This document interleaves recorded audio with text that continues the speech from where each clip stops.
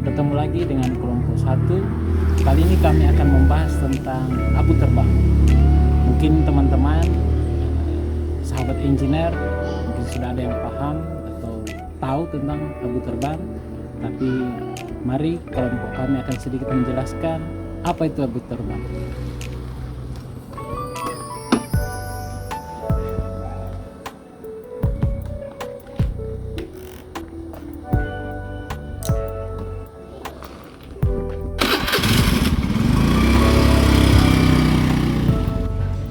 Assalamualaikum warahmatullahi wabarakatuh. Salam sejahtera untuk kita semua. Kembali lagi kami kelompok 1 yang terdiri dari Stanislaus Pisardi Losaren, Stambuk F11223007 dan Nur Syamsiah Jamhuri, Stambuk F11223020. Pada kesempatan kali ini kelompok kami akan membahas tentang abu terbang sebagai bahan substitusi semen. Abu terbang atau fly ash merupakan sisa dari hasil pembakaran batu bara pada pembangkit listrik tenaga uap. Abu terbang pada umumnya mempunyai titik lebur sekitar 1300 derajat Celcius dan mempunyai kerapatan massa atau densitas antara 2 sampai 2,5 gram per cm kubik. Abu terbang adalah salah satu residu yang dihasilkan dalam pembakaran dan terdiri dari partikel-partikel halus. Abu yang tidak naik disebut bottom ash. Dalam dunia industri, abu terbang biasanya mengacu pada abu yang dihasilkan selama pembakaran batu bara. Abu terbang umumnya ditangkap oleh pengendap elektrostatik atau peralatan filtrasi partikel lain sebelum gas buang mencapai cerobong asap batu bara pembangkit listrik, dan bersama-sama dengan bottom ash dikeluarkan dari bagian bawah tungku. Dalam hal ini bersama-sama dikenal sebagai abu batu bara. Tergantung pada sumber dan tampilan batu bara yang dibakar. Komponen abu terbang bervariasi, tetapi semua abu terbang termasuk sejumlah besar merupakan silikon dioksida atau SiO2, baik amor dan kristal, dan kalsium oksida CaO. Kedua bahan endemik yang banyak terdapat di lapisan batu bara. Proses pembakaran batu bara menjadi abu terbang dapat kita saksikan dalam video berikut ini. The ash system is a system which takes care of the ash being made after the coal is fired at the boiler and consists of electrostatic precipitator ash system, fluidized bed ash system, economizer ash system, and air preheater ash system.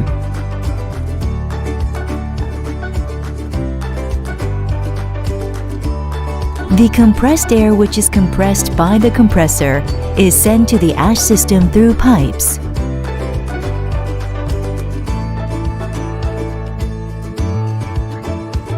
The ash, which is collected at the hopper of each system, drops into the inside of pump after opening the valve. When certain amount of ash fills up the pump, the valve is closed and sealed so that the ash won't fall into the pump. The ash which is collected in the pump is transferred through the pipe by compressed air of the compressor. Not only the MD pump of the electrostatic precipitator, but also every MD pump or AV pump has the same processing phase. The electrostatic precipitator ash which is transferred through the pipe is sent to the ash silo.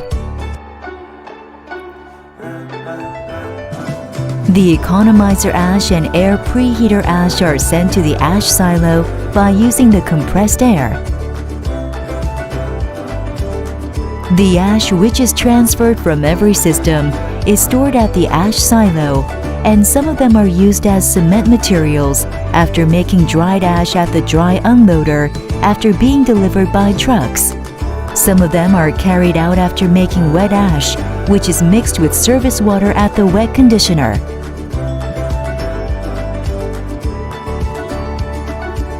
The function of the bottom ash handling system is to collect, cool, and crush the furnished bottom ash and delivering it to the bottom ash bunker.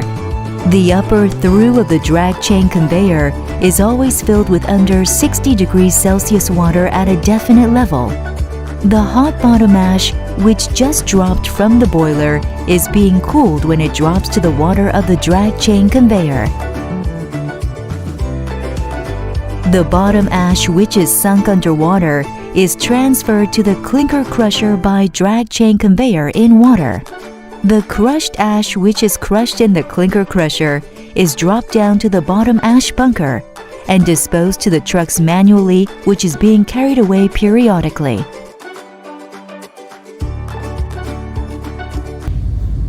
Ya, demikian tadi ilustrasi dari pembakaran batu bara menjadi abu terbang. Adapun ini adalah diagram alir proses terbentuknya abu terbang. Kemudian komposisi kimia abu terbang. Abu terbang tidak memiliki kemampuan mengikat seperti halnya semen. Namun dengan kehadiran air dan ukurannya yang halus, silika dioksida yang dikandung di dalam abu terbang akan bereaksi secara kimia dengan kalsium hidroksida yang terbentuk dari proses hidrasi semen dan menghasilkan zat yang memiliki kemampuan yang mengikat. Abu batu bara dapat digunakan pada beton sebagai material terpisah atau sebagai bahan dalam campuran semen dengan tujuan untuk memperbaiki sifat-sifat beton. Fungsi abu batu bara sebagai bahan aditif dalam beton bisa sebagai pengisi atau filter yang akan menambah internal kohesi dan mengurangi porosi daerah transisi yang merupakan daerah terkecil dalam beton, sehingga beton menjadi lebih kuat. Pada umur sampai 7 hari, perubahan fisik abu batu bara akan memberi kontribusi terhadap perubahan kekuatan yang terjadi pada beton. Sedangkan pada umur 7 sampai dengan 28 hari, penambahan kekuatan beton merupakan akibat dari kombinasi antara hidrasi semen dan reaksi pozolan.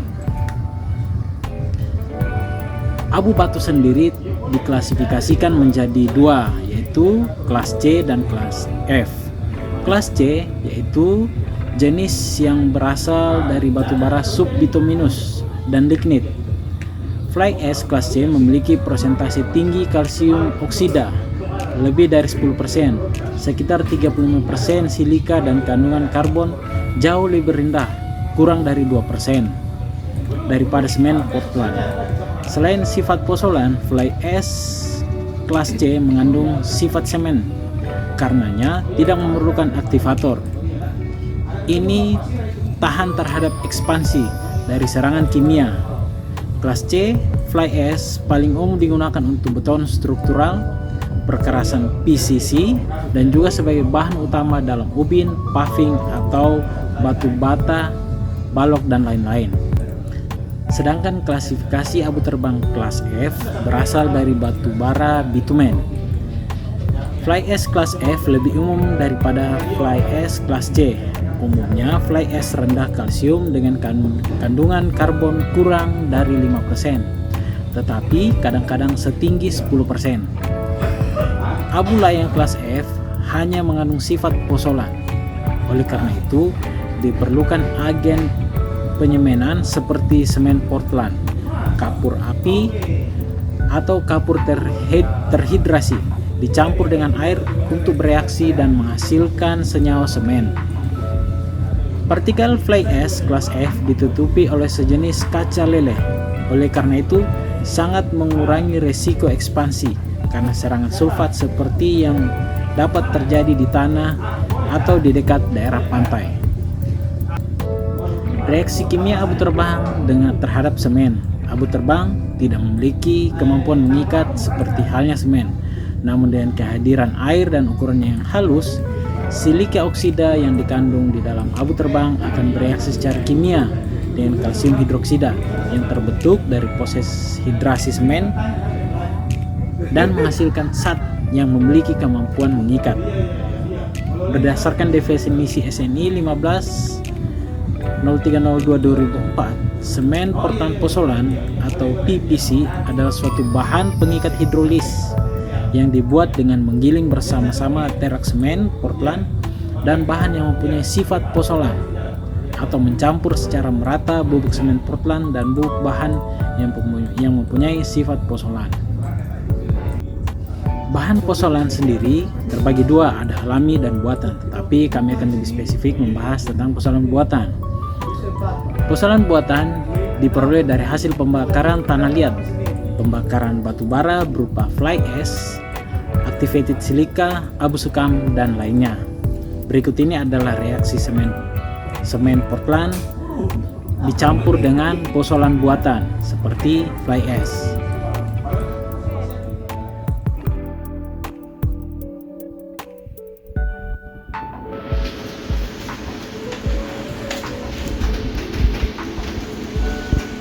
Ya, bagaimana sobat engineer? Dapat kita simpulkan bahwa abu terbang atau fly ash merupakan hasil proses pembakaran dari batu bara. Nah, berikut ini adalah video penjelasan tentang kegunaan atau manfaat dari abu terbang.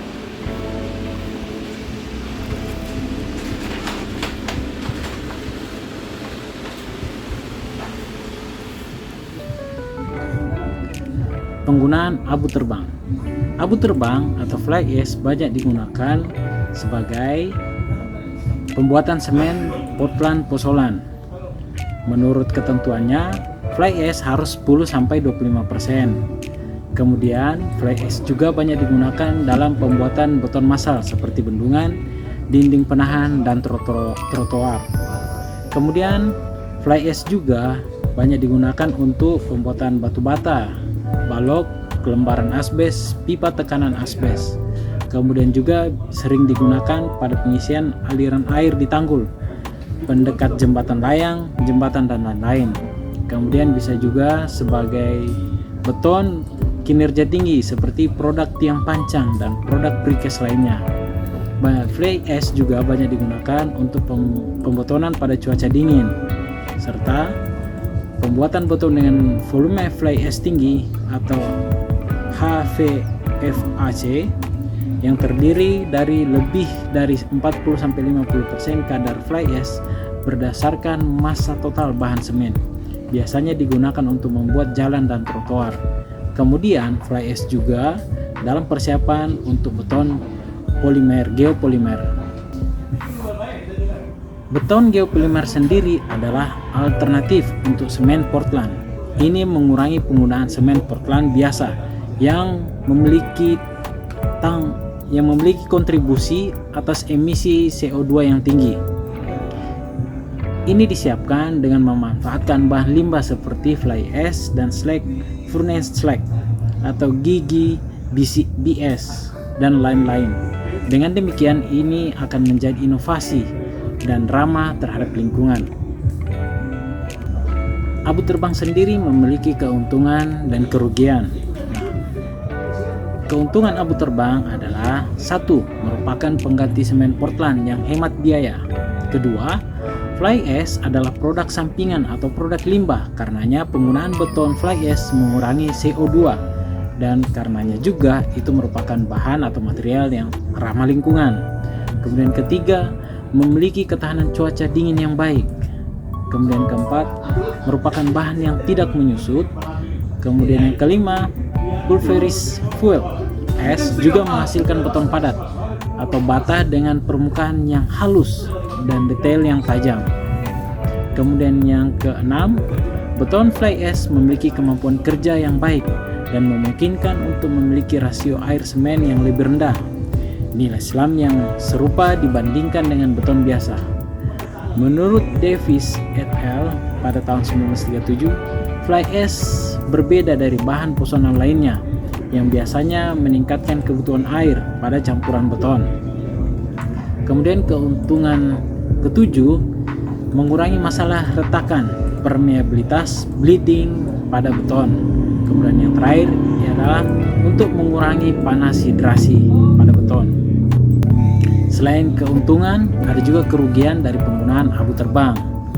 Abu terbang dapat mempengaruhi warna beton.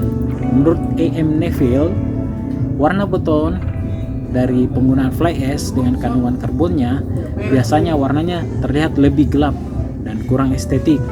Hal ini juga membantu kita dalam mengidentifikasi beton menggunakan fly ash dengan menggunakan beton normal biasa. ketika ditempatkan di tempat yang bersamaan. Kemudian kerugian abu terbang yang kedua yaitu penggunaan fly ash mengarah pada penguatan kekuatan beton yang lebih lambat. Kemudian yang ketiga, beton abu terbang kelas C sensitif terhadap suhu. Karenanya pada kegiatan pembetonan dalam jumlah yang banyak atau mass konkret, atau ketika suhu naik sekitar 200 derajat Celcius atau 400 derajat Fahrenheit, abu terbang tidak memberikan kekuatan tinggi. Kemudian kerugian yang keempat, penggunaan abu terbang pada campuran beton dapat mengurangi permintaan air. Oleh karena itu, penggunaan plastiser atau superplastiser atau pencampur udara entraining menjadi penting untuk mendapatkan workability yang baik dari beton fly ash. Selain keuntungan dan kerugian pengguna abu terbang, ternyata abu terbang juga memiliki pengaruh pada sifat beton. Pertama, beton segar. Penggunaan fly ash atau abu terbang dalam beton dapat mengurangi pertama permintaan akan air untuk selam yang diinginkan. Kemudian dapat mengurangi bleeding. Terus yang ketiga dapat mengurangi pengiringan susut, serta yang terakhir adalah dapat mengurangi panas hidrasi. Kemudian pengaruh abu terbang pada beton keras yaitu pertama, kekuatan awal beton fly ash cenderung lebih rendah dari beton biasa. Kemudian kedua, reaksi pozolanik membuat beton dari matriks padat yang menghasilkan penurunan permeabilitas air dan gas. Aplikasi fly ash pada beton. Berikut adalah data yang ditampilkan merupakan hasil pengujian berdasarkan Jurnal Rekayasa Volume 14 pada bulan April 2010 yang diteliti oleh Surya Sebayang. Dapat kita ketahui dalam tabel bahwa terdapat 6 variasi kadar abu terbang dengan penggunaan semen yang berbeda-beda. Kemudian tabel kedua dengan jumlah sampel yang sama sesuai dengan kadar abu terbang yang digunakan. Setelah dilakukan mix design dengan kadar abu terbang, kemudian diperoleh nilai SLAM masing-masing kadar abu terbang. Kemudian dapat diketahui bahwa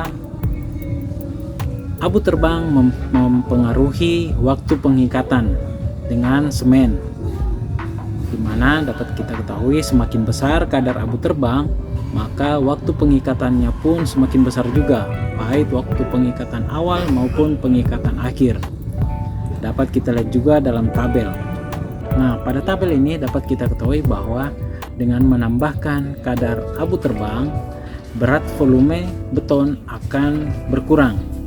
Kemudian pada tabel kuat tekan rata-ratanya, dengan menambahkan abu terbang juga, maka akan menambah kuat tekan beton, tetapi juga tentu akan memperlambat proses pengikatannya. Dapat kita lihat pada grafik di bawahnya. Dari hasil penelitian tersebut dapat disimpulkan bahwa nilai SLAM yang terjadi pada semua kadar abu terbang lebih besar dari 190 mm sehingga memenuhi persyaratan sebagai beton alir. Kemudian penggantian abu terbang terhadap sejumlah semen pada adukan beton alir mutu tinggi ternyata mampu meningkatkan kelecakan adukan beton. Kemudian semakin tinggi persentase abu terbang, maka waktu pengikatan semakin lambat. Penggunaan abu terbang juga sebagai bahan pengganti belum memberi peningkatan kuat tekan beton pada umur di bawah 28 hari. Tapi setelah umur 28 hari, penggantian semen dengan abu terbang dapat meningkatkan kuat tekan beton. Kuat tekan beton optimum sebesar 48,607 mph dihasilkan pada umur 56 hari pada kadar abu terbang sebesar 9% sebagai pengganti semen. Baik Sobat Engineers, demikianlah video singkat kami tentang fly ash atau abu terbang. Semoga dengan video penjelasan kali ini dari kelompok 1 dapat menambah wawasan atau pengetahuan teman-teman sobat engineers tentang manfaat abu terbang. Sampai ketemu di pembahasan material teknologi bahan bangunan lanjutan.